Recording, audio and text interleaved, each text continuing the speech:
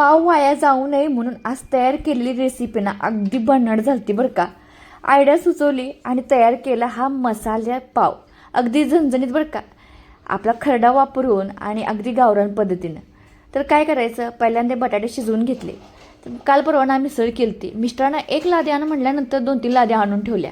तर घरामध्ये ना 2-3 माणसं असले की तेवढ्या लाद्या आपल्याला सहज पुरतच नाहीत, म्हणजे राहिल्या जातात. तर आता ह्या करायचं काय, पावामध्ये स्वीट कॉर्नचे आपल्या आता एपिसोड चाललेच आहेत आणि त्या स्वीट कॉर्नपासून मस्त असं गावरान पद्धतीनं मी एकदम असं मस्त असा हा झणझणीत पाव तयार करण्याचा प्रयत्न केला आहे. रेसिपी सहज करायला गेले पण सगळ्यांना आवडली. मागून मागून खाणार बरं का तुमच्या घरातले. कांदा 2 मिडियम साईजचे कट करून घेतले आहेत, बारीक चिरून घ्यायचे बरं का. स्वीट कॉर्न आहे ते सुद्धा सोलून किंवा अशा पद्धतीने एकदम झटपट मी कशी करते ना काम माझं, तसं ना कापून घेतलं तरी चालतं. बटाटे सोलून घ्यायचे, गरम गरम असतात तेव्हाच ना छान असं. आपण आता कढई ठेवली आहे गरम करण्यासाठी, त्यामध्ये 1 चमचा तेल घालायचं. पहिल्यांदा ह्यामध्ये स्वीट कॉर्न आहे ते भाजून घ्यायचं, म्हणजे मका आहे ते छान असं ह्यामध्ये फ्राय करून घ्यायचं. स्वीट कॉर्न लगेच भाजलं जातं 2-3 मिनटामध्ये. ह्याचा गोळशाटपणा, झणझणीत खरडा आणि बरंच काय आहे यामध्ये. शेवटपर्यंत नक्की बघा व्हिडिओ. ह्यामध्ये घालायचं 2 मिडियम साईजचे कांदे कट केलेले ह्यामध्ये घालायचं. जास्त फ्राय करून घ्यायचं नाही, कच्चाच ठेवायचा कांदा. विशेषतः ह्यामध्ये आणखी कोणताही मसाला ॲड करायची काही गरज नाही आहे, ती सगळी व्यवस्थित सेटल आहे. खरडा आहे तो आपण जो पद्धतीनं घरामध्ये खरडा तयार करतो ना, तसंच आपण ठेचा करतो. हा ठेचा आपण ह्यामध्ये ॲड करायचा. तुम्हाला सांगतो, मिरची, लसूण, कोथिंबीर आणि जिरे हे सगळं आपण खरड्यामध्ये घातलं होतं. त्यामध्ये थोडंसं मीठ ॲड करायचं. खरड्यामध्ये मीठ असल्यामुळं थोडंसंच मीठ आपण अंदाजे घालायचं. बटाटा आहे तो किसणीच्या साह्यानं किसून घालायचा. जास्त गिर असेल तर हाताने कुस्करून घातला तरी चालतो. धना जिरा पावडर घालायची आणि सर्व साहित्य आहे ते झालं की छान असं मिक्स करून घ्यायचं.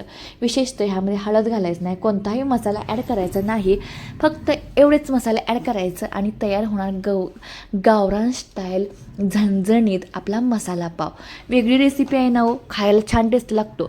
आणि तुम्हाला सांगतो, पावसाळा चालू झाला आहे, स्वीट कॉर्नसुद्धा घरामध्ये असतात. तेच काय नसतं, मक्याचं कणीस भाजून खायचं.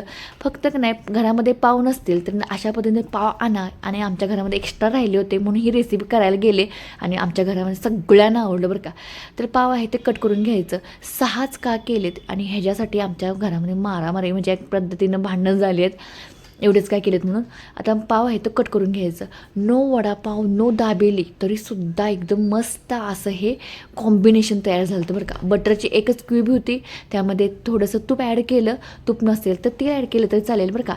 लाल काश्मीरची पावडर घालायचं, थोडासा पास्ता सॉस घालायचं आणि आपलं हे चिली फ्लेक्स आणि आहे ते कसुरी मेथी चांगल्या हातानं खसखसून घालून ना तव्याभर सगळीकडे पसरून घ्यायचं. म्हणजे हे 5-6 पाव आहेत ना व्यवस्थित सेट झाले पाहिजेत बरं का, भाजले पाहिजेत. ह्यासाठी मी इथं सगळीकडे पसरून घेतले. तुम्ही एकवर थोडे थोडे मसाले ॲड करून ना भाजून पाव घेतले तरी चालते. आत घालायचा नाही हा मसाला, वरच्यावरच आहे तो हे करून घ्यायचं. आणि लाल तिखट आहे ते थोडंसं कमी ॲड करा, कारण की माझ्याकडून जास्त झालं. कारण की आजसुद्धा भाजी थोडीशी तिखट झालती आणि वरतीसुद्धा लाल काश्मीरची पावडर आहे तिखट झालते. त्यामुळे लहान मुलं आहेत ते हाऊ करत खाल्ले पण हाऊ करत, म्हणजे तिखट त्यांना लागलं जास्त.